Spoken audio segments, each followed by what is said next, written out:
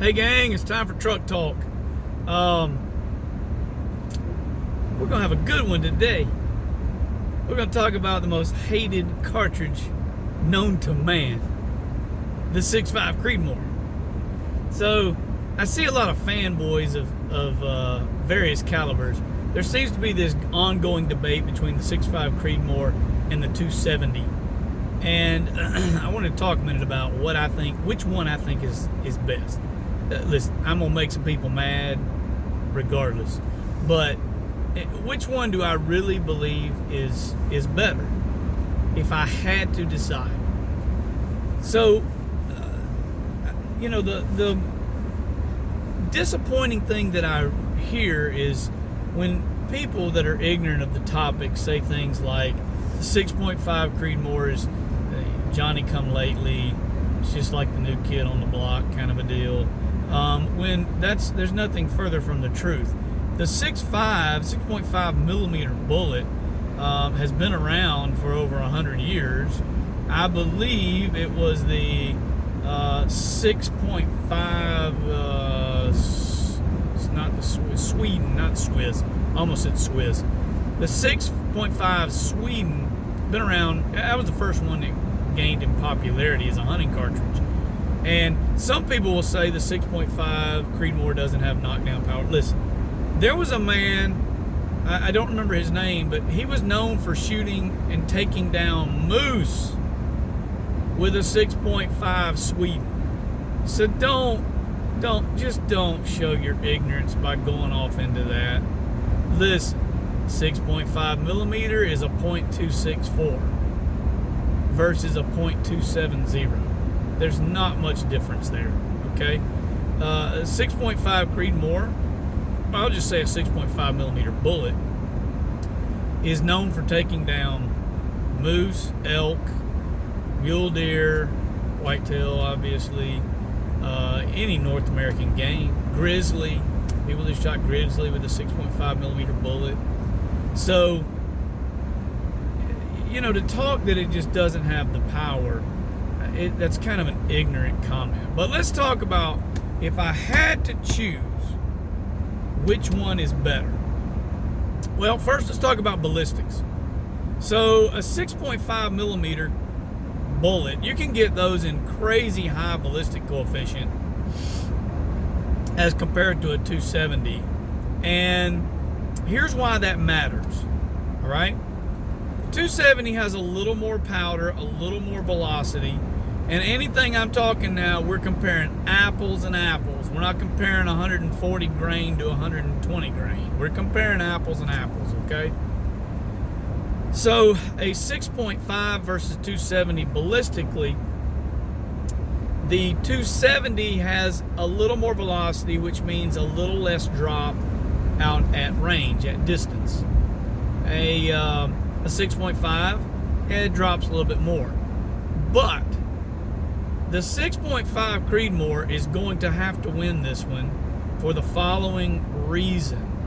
Look at all the precision rifle shooters that chose a 6.5 Creedmoor over a 270, and the reason. Higher ballistic coefficient, and let me take a sidebar here. Oh, there's a dead doe in the road. Higher ballistic coefficient, that's just a measure of sectional density, which is basically a measure in lay terms of momentum, all right? That's all it is. So while the 270 gives you a faster velocity and a little less drop, the higher ballistic coefficient in a 6.5 Creedmoor, it gives you a lot less wind drift. Now, why does that matter? It matters for this reason. Drop is constant, okay? It's measurable. At 1,000, 1,200, 1,400 yards, if you have zero wind, the 270 is a better option. Problem is, wind is variable. It's very dynamic. It can be one thing here and one thing at 500 and one thing at 1,000 yards. So you're going to get less wind drift on the higher ballistic coefficient bullets in a 6.5 Creedmoor. That matters, okay? Because you just can't judge that at range. It's very hard. Oh, get in your lane there, dude. So, on ballistics, the 6.5 Creedmoor wins. It's not even, to me, a debate. Better ballistic coefficiency, less wind drift. I can always measure my drop. I can't measure wind drift. It's very hard. So 6.5 wins. And that one was a little nerdy because we had to get technical. In the versatility category, let's talk about what options I have. So in a 6.5 Creedmoor, it was basically designed to work in an AR-10 platform. So take a 308, neck it down, you got a 6.5 Creedmoor. All right? Here's why versatility goes to the 6.5 Creedmoor. I can do an AR-10, I can do a bolt gun, I can do a Thompson contender, I can do single shot, I can do any of that, right? Thompson Encore, any of those in 6.5. 270 is simply too long. It will not work in an AR-10 platform. So I can get everything I can get in the 6.5 except for the AR-10. So for versatility reasons, I got to go with the 6.5 Creedmoor. It just gives me more gun options. All right? If you don't have a need to get an AR-10, then none of that matters. Number 3 is going to be, let's call it Taylor knockout factor. So that Taylor factor definitely goes to the 270.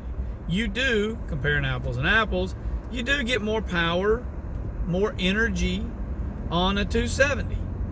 So if you're hunting at 500 yards or less, whitetail, in the woods, wind is never a problem for you. 270 is great. It'll work great in a hunting rifle. You know, if that's what you want to get, then it'll do the job, certainly. Let's talk about the last section is reloaders. So, sorry, I got distracted over there. There was somebody standing on the road. I didn't know what they were doing over by the road. Let's talk about reloaders.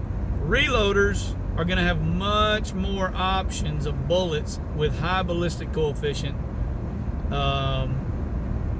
in a 6.5 Creedmoor. There's just no doubt. You got, because these professional shooters, long-range shooters, really grabbed onto the 6.5, it's you have better options. So if you're going to reload, the number of bullets you can choose from is far greater, better ballistic coefficiency, right? So, and let me give you another thing with reloaders. If you reload 6.5 Creedmoor and 270, you'll notice a difference. The 6.5 is seated shallower into the neck of the cartridge, so you don't get that donut buildup ring. You can get a little donut ring of built up material inside the cartridge. You'll get that worse on a 270 than you will on a 6.5, only because in a 270 the same boat tail bullet's seated deeper into the cartridge. So from a reloading perspective, 6.5 Creedmoor is a better option. Now I will give both of these cartridges an A+ rating on doing what they were designed to do. The 270 was designed to be a good hunting rifle. Does the job superbly, okay? The 6.5 Creedmoor was designed to be a versatile cartridge that would be lots of options and worked in an AR-10 platform. It was designed to be a longer range option than the 308 for an AR-10 platform rifle. And it does it superbly, okay? So if you're a fanboy of the 270 and you hate the 6.5, it's probably because you just don't understand what it was intended to do, and you have better bullet options. You just do. If you're a 6.5 and you hate the 270, it's probably because you just are a little ignorant of what it was designed for. Both of them were designed for a specific job, and they do it very well. If I see someone complain anywhere about a cartridge and a deer that got wounded, listen, a wounded deer that runs off is almost never the fault of the gun or the cartridge or the, mechanics of whether it's a semi-auto versus it's not that. It's the shooter. So if you're a 270 fanboy and you say, deer was lost to 6.5, piece of crap, 6.5, sorry, junk. No, he sucked as a shooter. If you're a 6.5 fanboy and you say it, deer was lost because he was shooting a 270, no, that person just sucked as a shooter. So, keep it in perspective. It's generally the person behind the gun that matters way more than the gun. But in this case, I got to give it to the 6.5 Creedmoor. It wins in more categories than the 270. If you're hunting less than 500 yards, either one of these will do the job fantastically. They'll do it well. Sorry, railroad tracks, bumpy on my camera. It'll do it very, very well, either one of these. But if you need some more versatility, the 6.5 is just a better option for you. So now that I made some people mad, post a comment below. Let me know how I'm wrong, how I don't know anything about what I'm talking about. I'm stupid, I'm dumb, I left something out. Hey, let me know. I'm always open to learn. This is just my opinion, but comment below of how angry that I made you if you're a fanboy on one side or the other. And hey, y'all have a great day.